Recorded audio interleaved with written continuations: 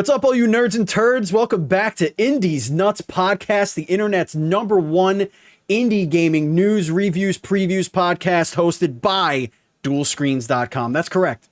We are the #1 podcast out there hosted by DualScreens.com that's about indie games, news, reviews, and previews. Did you know that, Andy? I did not know that. No, yeah, it's true. You just said it. I know. It's true. It is 100% factual. I'm one of your hosts, Stephen Fontana, and that voice you hear and the face from several years ago that you're seeing on your screen if you're watching on youtube.com/DualScreensTV or live on twitch.tv/DualScreensTV is Andy Asimakis. How you doing, Andy? I've seen better days. We're starting a little late tonight because you were having some internet issues. I know. It's just I feel like my life is falling apart. Like it is coming undone at the seams. Listen, you know my price. You know my price. I could come help you out. At your office? Do you ever like walk in your house and it's like it's a reflection of your entire life? Yes. Like, I feel like when I have a nice clean house, like I think my life is going pretty okay. I've had time to clean. Yeah, right. And I walk in, there's like toys everywhere. There's like open boxes and things, and there's like some trash. There's like laundry I'm not sure if it's clean or dirty or not anymore. There's cables everywhere. Oh, it's just like it's a whirlwind of shit, and I'm just like, I need to like get a hold of everything in my life because it's spiraling out of amok, as a wise man once said. Right. On Tuesday night, I took out the trash. I cleaned up my whole kitchen, swept everything, cleaned all the counters, did all the dishes. There was no dish in the sink, nothing going on in the entire kitchen. I was like, I did it. I'm good. I'm golden, Andy. Then I went to work. I came home. Kitchen fucking disaster. The bin, the drawer that the trash can was in was open, and the trash can was just pushed all the way down and through the bottom. So it wasn't like in the cabinet. It was just placed there. And my kids, who were throwing away their garbage all day, were just missing the trash can completely and just throwing it into the now open drawer. Just like throwing crumbs, and my son peels his chicken nuggets. So it was just chicken nugget breadcrumbs all over the place. Oh my God. I look around the room. That's like that. Listen, yeah, but we can't move back. I can't let that go. I look around the room. I walk into the bedroom to take off my work clothes. My wife, God bless her, she's sleeping. Well, I saw your wife recently. Did you? Her. You saw her? Yeah, she came to my house. Remember? Oh, that's right. You did. I forgot about that. My wife, God bless her. It's Wednesday afternoon. She's sleeping. I get home. I'm like, you know what? I'm just gonna close the door. I close the door. I think I hit the point where I was so both angry, frustrated, fed up that my brain shut off. Yeah. And I just cleaned the entire kitchen all over again. And like didn't speak to my children. I spoke to no one. And it was interesting. Anyway, ladies and gentlemen, this is Indie Nutz Podcast. Thank you so much for joining us. I hope you are hanging out with us. We have an interesting pre-show up there, Andy. On one of our best pre-shows up there on patreon.com/dualscreens. And you could support us if you want. If you got $3, you get all of the secret content. But you can join us for as little as $1. And we want to thank our Patreon producers, Colton the Apprentice Nestler and FNH Paul. We cannot continue to grow without all of your support. So we do appreciate all of what you do for us over there on Patreon. What do we have going on dualscreens.com? Do we have any new articles, new things in the works? Mr. Asimakis, the editor-in-chief? Things are in the works, yes. We've totally revamped the guest host page, meaning the groundwork's been laid. Nice. So I just got to put the work on top of the groundwork. You just got to put the information. All the pieces are there. Like it's just a matter of one by one putting in every single episode with a little image, make it look sexy. Right. But that's going to be like, my whole life. Yeah, It's been we Steam need to forever. get somebody to do that for us. I gotta be like, here's how you do it. It's super easy. Yeah, Just do it and yeah. get it done. Totes my And goats. then just working on 2 reviews because I gotta put those up because they're super late. And Gotta do it. It's just, in between playing games and like I get you. writing about games and like making a show about games. Mm. It's a lot. This is going to be a shorter show, I feel, because I played as we segue into indie game adventures. I played a lot of Cult of the Lamb. I beat it. Now I'm just kind of doing end game stuff. I'm going to do like try and get all the items that I'm missing and etc. I have 2 more tarot cards to unlock. Actually, I think I have 1 more tarot card to unlock. Stuff like that. But and before we hit record tonight, I went on a shopping spree, Andy, and I purchased 4 games from Steam. Oh my god. And I decided and I played 3 of them before we were able to go live. So oh my god. I'm gonna tell you, like wondering all these funky ass titles. Like, what are these titles in here? Yeah. So yeah, I kind of I opened them up. I played a little bit of them, and I did not play too much of them, but I will tell you what they are and let you decide whether or not you want to also give them a shot. Yeah, sure. One of them is only I think $2. Let me just double check. Sold. Which one. Let's see. The name sounds interesting. Yeah. So Target Pop was. Wait, what's going on here? Okay, there we go. So Target Pop is the first one. Oh, there it is. That I decided it's $5. This one's $4.99. Okay. So Target Pop is what I'm calling the dexterity simulator. It is a 3x3 grid where you move the D-pad to move your reticle. Okay. In all of them, and you press the A button to shoot. And randomly, like whack-a-mole, just little targets will show up, and you have to go and knock them before they disappear, just like whack-a-mole. Sure. And it gets faster, it gets harder. You get bonus time if you do a certain amount within the time. And it's all about popping as many of these things as you can before time expires. Every time you miss one, like if you press the button and you don't hit one, you lose like 2 seconds. So there's a normal target and then there's a quicker target. So you can like prioritize. Like I get more points if I go for the quicker target. Oh, wow. And like you move along a grid. It's that's like it. It is a 3x3. You can't even go diagonal. It's like you gotta go. So if you press a diagonal on the D-pad, or if you press like left and down at the same time, you'll go down to the left. Yeah. It just doesn't go in true diagonal. It does like left it's down, like really fast. It's like legit, like an up and like a Exactly. It's like old timey Star Tropics, like just, exactly. You move only on the X and Y axis. Right. Axes. Exercises. All right, it's cute. It's cute. I see little snowman things. Yeah, holiday themes. Yes, as you get points, you unlock different themed boards. Man, it's the simplest just concept. Came out too. Yes, just came out. Less than a month old. Yes. It is a very simple concept, but it like once you're in the zone, like I don't mean to brag, I'm really good at whack-a-mole. Like I always get high score. It doesn't matter what the high score is. I win whack-a-mole every time.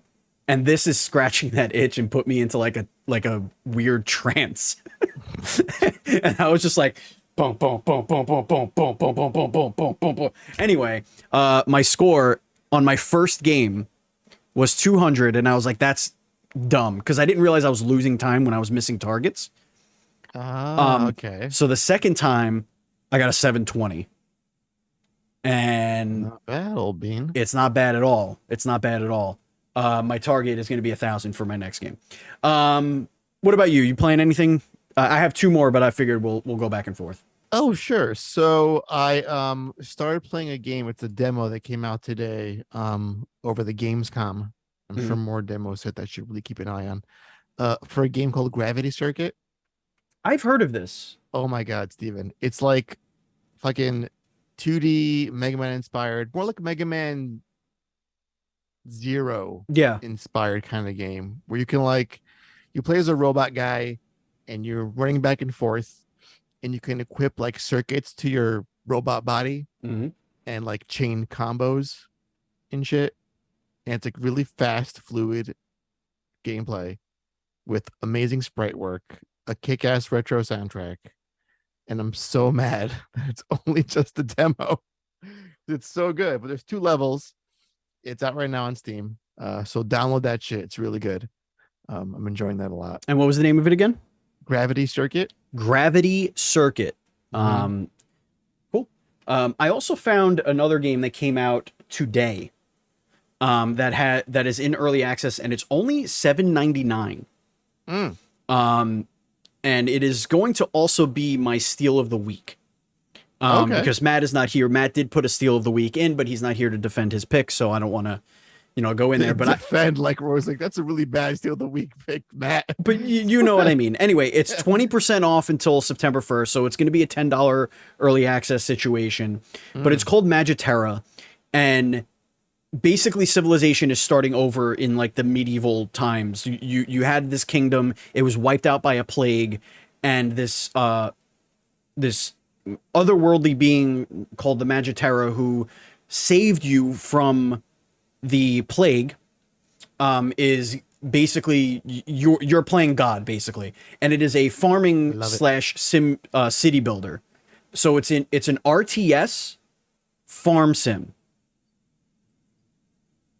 You get what I'm saying? I'm looking at videos right now. It looks really, I'm gonna really put it in the in the chat as well if people want to follow along. But it is a RTS real-time strategy farm simulator. So you're constantly farming, you're constantly doing things. It's almost like StarCraft, like resourcing, but like you don't go out and fight things. You just are continuing to build up your kingdom. I haven't gotten into any sort of conflict yet or anything like that. But basically you're just resource farming. It's really, really cool, and it's really pretty. You wouldn't think it would be, but it's very pretty. So yeah, you got different missions that you could do. You have dailies and stuff like that you can do. But yeah, it's in early access. I don't know what their target is for when they're actually going to come out with this thing, but I feel like these kinds of games are great for early access because you can kind of see where they want to go with it, and this kind of game could be added on to for years. Yeah, I feel like a game like this has to be in early access because there's just so many layers to what the gameplay is, and I feel like getting all of that feedback as early as possible is totally like key. You got anything else you're playing? Because I have one more game. So I have one more thing, which it kind of presents like a moral dilemma. Okay. Because here's the situation. Tell me the situation, Andy. So, when I got Cult of the Lamb like a week or two prior to the release, I respect our indie dev contacts and our publishers. And I always abide by the whole embargo thing. Except when you don't, but yes. Right. I do the occasional, 5-second, spiel on the show. Like, hey, I love the game. More to come like next week when the game is out. Right. But I feel like that's not really like a whole, like, here's a full review of the game. But in the lead up to Cult's release, I was scrolling on YouTube and I saw all these videos of like people with really high subscriber counts with established channels doing full-blown playthroughs of the game. Right. And I'm like, is that like allowed? Like, I was like just torn because I feel like I could have cashed in on playing it early and putting it out there early for clicks, but I was told not to, very specifically. Right. And yet I see these channels and they're well-known channels. And they're just like, let's build a cult. And it's like part 1 of 20. I'm like, that's the whole fucking game. Like days before release. So I got a code for this game coming out in like a month, which we covered in pack. Wow. Yeah, which we covered in pack C okay. this year. No Place for Bravery. Oh, that 2D top down. Yeah. Souls like Zelda adventure that's fucking gory and brutal as fuck. Yeah. And I'm like, should I just play it on fucking YouTube the whole game before the game's out? Because everyone else is fucking doing it. Not if you don't want to break. Yeah, no, we like at the end of the day, we get more respect when we don't break those embargoes, and we go on a list of like trusted places. Yeah, but I just feel like I'm seeing someone who like I know is like a name, right? And I'm like, you're doing it. They could have gotten permission, you know, like they could have gotten special release or something. I don't know. Well, ask them. I mean, yeah, the whole point is like you're trying to hide the game. Like, hey, yeah, like, for this game, like, hey, like, due to story and plot stuff, surprises and twists and turns, don't discuss it at all before the date. There were no spoilers in Cult of the Lamb. I mean, I'm like, cool. It was pretty obvious what would happen at the end, but whatever. I digress. I mean, okay, this is more of a mini rant because it just on my brain. I got you. But the game is great. I'll talk about it in a month from now. We'll see if it's great. We'll see. We don't know if it's great. Our opinions are completely nonsensical and made up. Now, I want to get into a game that I only watched the opening cinematic of. I love it. But I have to tell you, you have some deep analysis. Hold on. There's no analysis. I'll have way more to say about it next week. But I'm going to show this game. Okay. It came out last week on the 18th. Uh-huh. It looks like the craziest and most incredible video game I have ever seen. I gotta see this. It is open world. It is hack and slash. Oh yeah. It is action RPG. The name really gets me. It is story rich, and it is very it's parody, but it's called Sir Whoopass Immortal Death. No, Steve, it's Sir Whoopass trademark. Trademark, yes. The TM is in the title of the game. Sir Whoopass TM.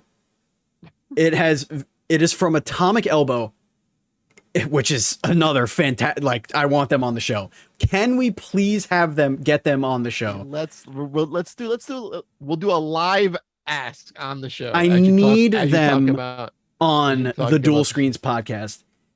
But this game looks incredible. Steven, did you know that the Atomic Elbow is the name of a professional wrestling magazine fanzine that's currently... I believe it. That's 15 issues deep. 15? Wow, that's not bad. Yeah. Atomic Elbow, the other game that they came out with was Switchball HD.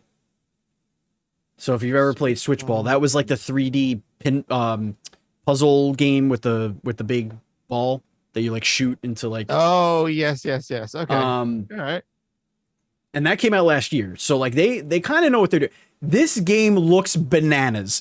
It looks as AA as I want, and watching this opening cinematic, it's actually pretty funny. Like I did giggle like 2 or 3 times. But I will report back next week on my escapades in Sir Whoopass trademark Immortal Death, and hopefully we'll have a show with them on it. We'll see. Yeah, this is gonna happen. All right, here we go. We are gonna get into the indie news report, and this is a game that I almost bought tonight. I was very close, but Farthest Frontier. I don't know if you've seen this one, but this is a city builder. It's a colonial city builder. Sold 250,000 copies in its first week. Wow, this game is pretty. It's very pretty. This is a pretty looking game. Yeah, dude. yeah. Holy shit. I was very close, but I was like, I can't. I didn't have it in the budget. I'd rather get 3 games, instead of just 1. But this game looks absolutely awesome. It is totally up my alley. But yeah, I mean, this is great that it's got very positive reviews, over 4,000 very positive reviews. 250,000 copies sold. I mean, I think it's safe to say at this point, Andy, that like indie games are no longer the bastard children. I don't think it's almost like, dude, there's a chance if you make something good, there's a chance now. I feel I'm just loving how you're hearing more often about these success stories when there was a time when it was just very few titles, like the days of Meat Boy and Limbo and Braid, Yeah. like the breakout indie games among like just a sea of like vaporware and shovelware and things that just were forgotten to the world. But now it's like, here's a game never heard of, and in a week has sold 250,000 copies. Yeah. $30 early access. That's a huge accomplishment for like a small title. This is I've a game never that heard like of. people who are in the genre, like the big people who love these sim games, like they knew about it. Like it's not something that really snuck up on the community, but 250,000, like that's awesome. Like congratulations.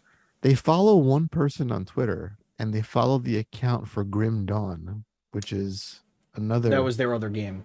Okay. Yes, it is. Cool. Yeah. Grim Dawn was their other. And then Grim Dawn follows some other. Oh my God. It's a rushing nesting doll of studios. Yes. I love it. Interesting. Our next story here, Andy, is titled "You Fucked Up."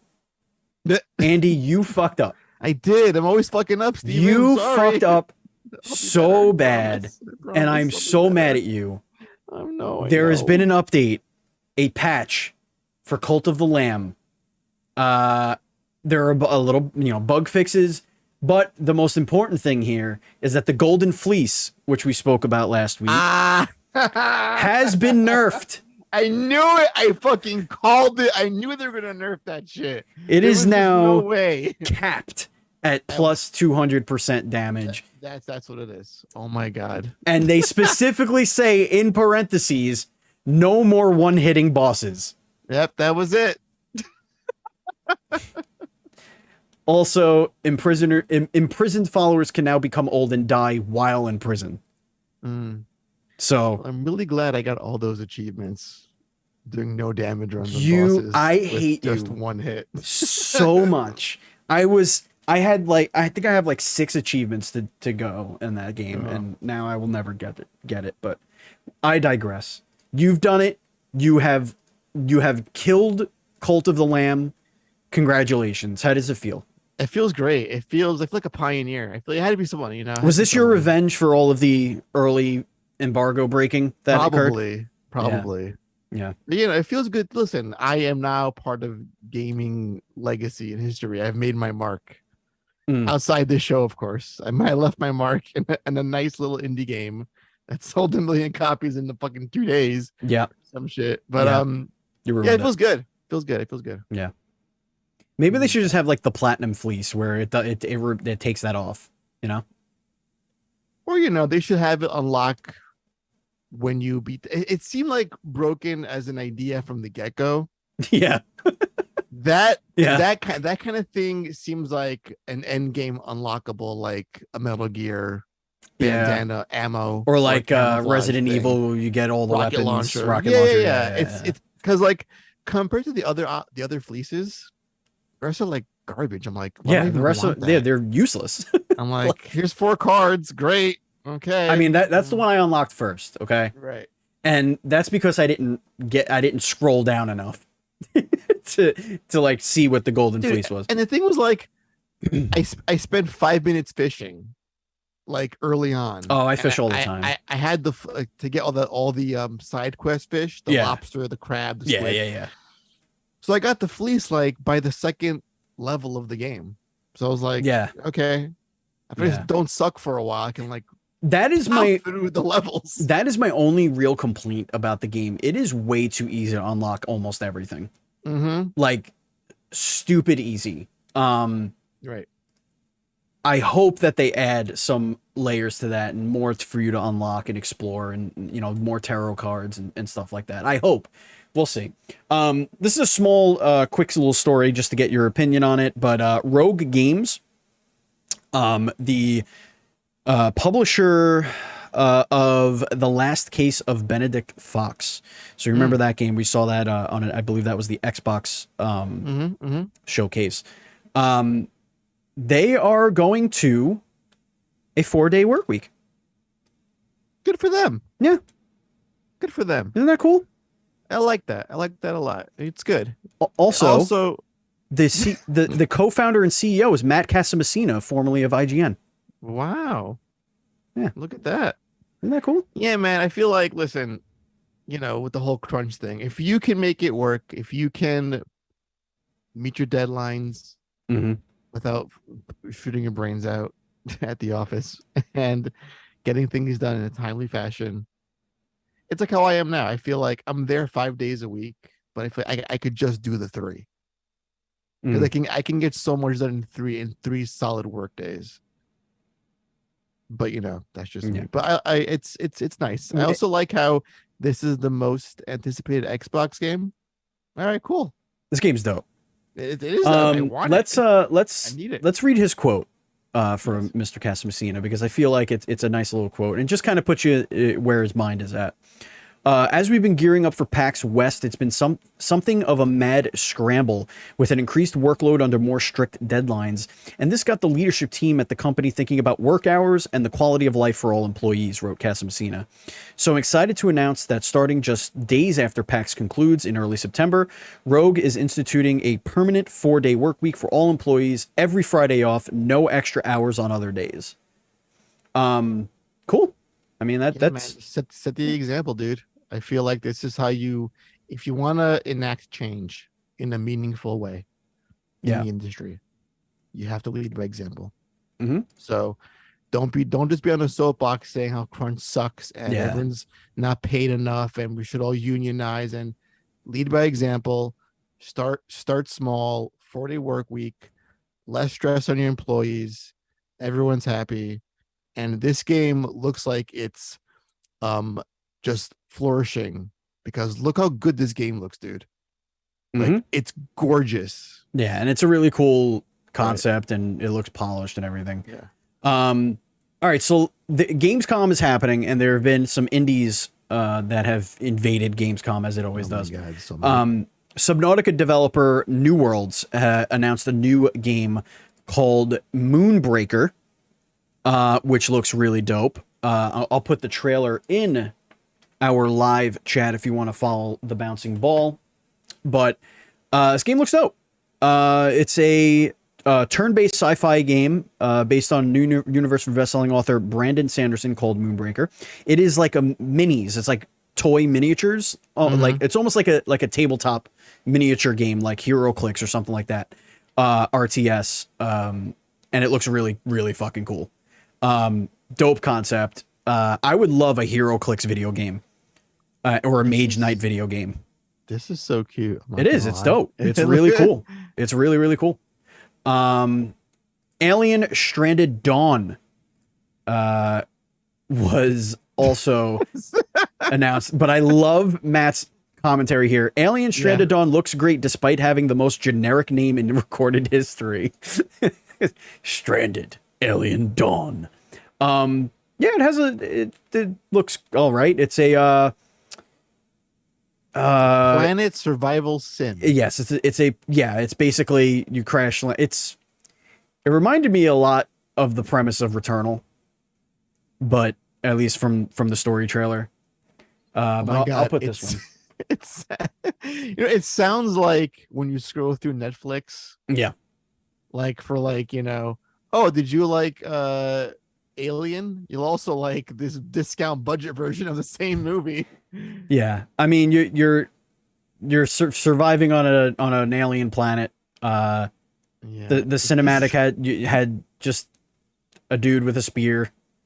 You're clearly trying to build like a village or a civilization or something like that. Sounds like an alternate title for Returnal. Like, let's not call it that. Like, this is like the bad trend localization name of like Returnal. Well, let me make something clear here, though. It's not Returnal. It's not like a third person. I just want the listeners to know it's not a third person shooter. It was just the guy was like crash landing on a planet, and then he's confused as to what the planet has to offer. That's like where the similarities ended.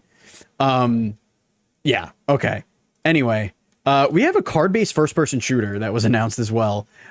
Friends versus Friends. It's a deck-building shooter that was revealed. Raw Fury, Raw Fury. We love Raw Fury. And Brainwash Gang are bringing us a game about anthropomorphic animals blasting each other with guns and card-based power-ups. I am all in on this. super in, the most in that I could be on this. Dope trailer, beautiful art style, very cartoony, very Saturday morning cartoon. You shoot it's shooty shoots, bang bangs, and you fight your friends. And Looks amazing. It looks great. It looks like Drawn to Death a little bit, but colored in Looks and all that great. stuff. And it But looks great. Steve, I just had the most satisfying feeling like a second ago.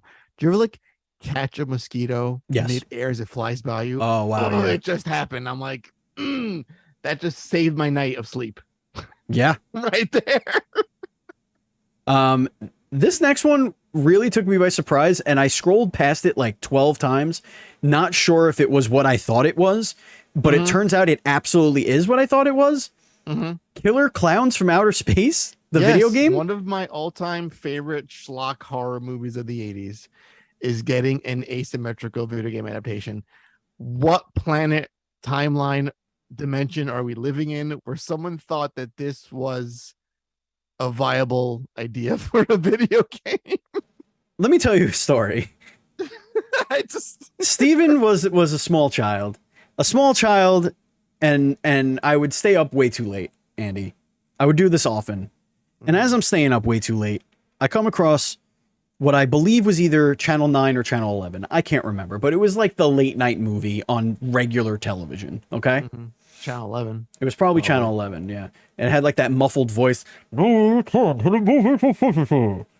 okay. And then the movie would go on. And the scene that I turned on was this, I think it was like a homeless guy, but just remember now that this is like the only time I've seen this. I have never seen it again. I think it was a homeless guy who had, or I don't remember what the circumstance was, but there was a clown, and this clown made shadow art, and this clown made a shadow art that would like, and then he made like a dinosaur out of it, and then he ate the guy IRL using the shadow art. Yep. And then I saw the splash screen Killer Klowns from Outer Space, and that was it. That was all I saw of that film. That being said, this game, I want it. I want this stupid game. Right. I want these stupid clowns. It's amazing for a lot of people, like even before Pennywise came into their lives in that really shitty TV movie starring, God rest his soul, John Ritter. The fear of clowns began with this film for a lot of people. Oh, really? Okay. Yeah, not for me in particular, but I think a lot of my friends, they always trace it back to this movie, the unsettling feeling that clowns give them. But this is the thing now. I feel like ever since Jason started in his own asymmetrical horror game, the idea was this can be every horror franchise. We've done Predator. We've done we're doing Leatherface. We're doing Ghostbusters. We've done Evil Dead, and now we're doing this. So I feel like we've also done Dead by Daylight, which has done Ghostface. Yeah, who has taken so many horror IPs into their game. Yeah. But yeah, this is like the way now. This is like the path. And I wonder, it's nice to see all these old IPs getting some love and respect in the game. Because, when I was a kid, I wanted like a good Freddy game. I wanted a good Jason game. Right. And that didn't happen until like I was way older. But I would love to see someone do this, but for like something that's not a multiplayer experience. Yeah, just like I want to play the killer. Yeah. And like it's okay if I get killed. There at was the a end. time when we had like three or four like mediocre Evil Dead single player games. Right. Like Resident Evil clone and like a fucking third person shooter. Right. But yeah, I mean, again, this looks so dumb and silly, and I want it because who could resist? You really can't resist. Now I saw 4 clowns. Is this like 4 clowns against one dude? Like, what is this game? It's even better. Because I remember there being multiple clowns in Killer Klowns from Outer. Like that was the problem. The problem is that there wasn't just one bad guy. Just the one clown. There was a fucking gang of clowns from space. It kind of like reminds me. Remember that game After Charge? It was like a 3v3. Yes, FPS. absolutely. Yep. I'm getting similar vibes as like former guest of the show. Yes, clowns versus kids kind of thing going on. Buzz says he thinks it's 3v7. Fuck. That'd be cool. That's kind of neat. That would be cool. We have a Kickstarter of the week. I did not see this one, but now that I've been checking it out, it does look dope. So I am going to say, let's take a look at it. It is called Titan Shell. Titan Shell. Pull that up right It now. is, I put the link in the chat. It is a 1 to 2 player co-op roguelike twin stick platformer set in a dystopian world. You play this little tiny little this cute looks little really mechs. cute. I love it. And you're just trying. Oh my god! And you can like jump out of your mech. Yep. Yeah, Oh, you that's jump so out of your cool. mech. Very cute. It has reached its goal. It's got 1,416 backers. Their goal was 50,000. They're at 56,729. So, and it's got half a month to go. So if you like the game, it's guaranteed well, nothing's guaranteed, but it has hit its goal. So but this looks like it's pretty damn far along. Yeah, this looks really. Where does it say it's going to be? Where is it? Usually it says estimated deliveries next year at the end of the year. So it's got some pretty funky design too. Like it's cool. It looks really cool. I'm into this. It's cute. It looks dope. It's cute. So you go. There's our Kickstarter of the week. All right. Let's kick it to Chad. If Chad has any articles or any games that they wanted us to check out, maybe a live react to, or if you have any questions, you could hit them up. Let's see what we got here. Future games show, Gamescom 23, everything you need to know. Let's see. This is like all wrapped up, but this is a lot of stuff here. Oh yeah, Aliens Fireteam Elite had some stuff. What else we got? There's just too much here. Snackoon though. Snackoon looks good. Oh my god, Snackoon. Yeah, Snackoon looks good. But I gotta dive a little bit more into it. Everban Shadow Legacy looks really cool too. But yeah, I mean, we don't know enough about these. I didn't get to watch Gamescom or anything from it. I was at work, unfortunately. So I know I know that it was a huge event, and I don't want to do it half-assed justice. Full disclosure, I had no way I could watch this during work. I had way too much going on. So yeah, but maybe for next week we'll dive in and we'll pick a few favorites and we'll discuss them a little bit. Andy, anything that you want to discuss before we go? No, I feel like we did a great job tonight. This was we good. did it. Very, very therapeutic. I feel like I needed this tonight more than ever. Yeah, man. I'm glad your internet is working again. Yeah. Very good. Thank you, listeners and viewers. We appreciate you being here. Thank you, Andy. Matt, please get well. I wish your family well. I hope everybody gets strong and you enjoy the rest of your vacation. We love you all. And as always, please play indies.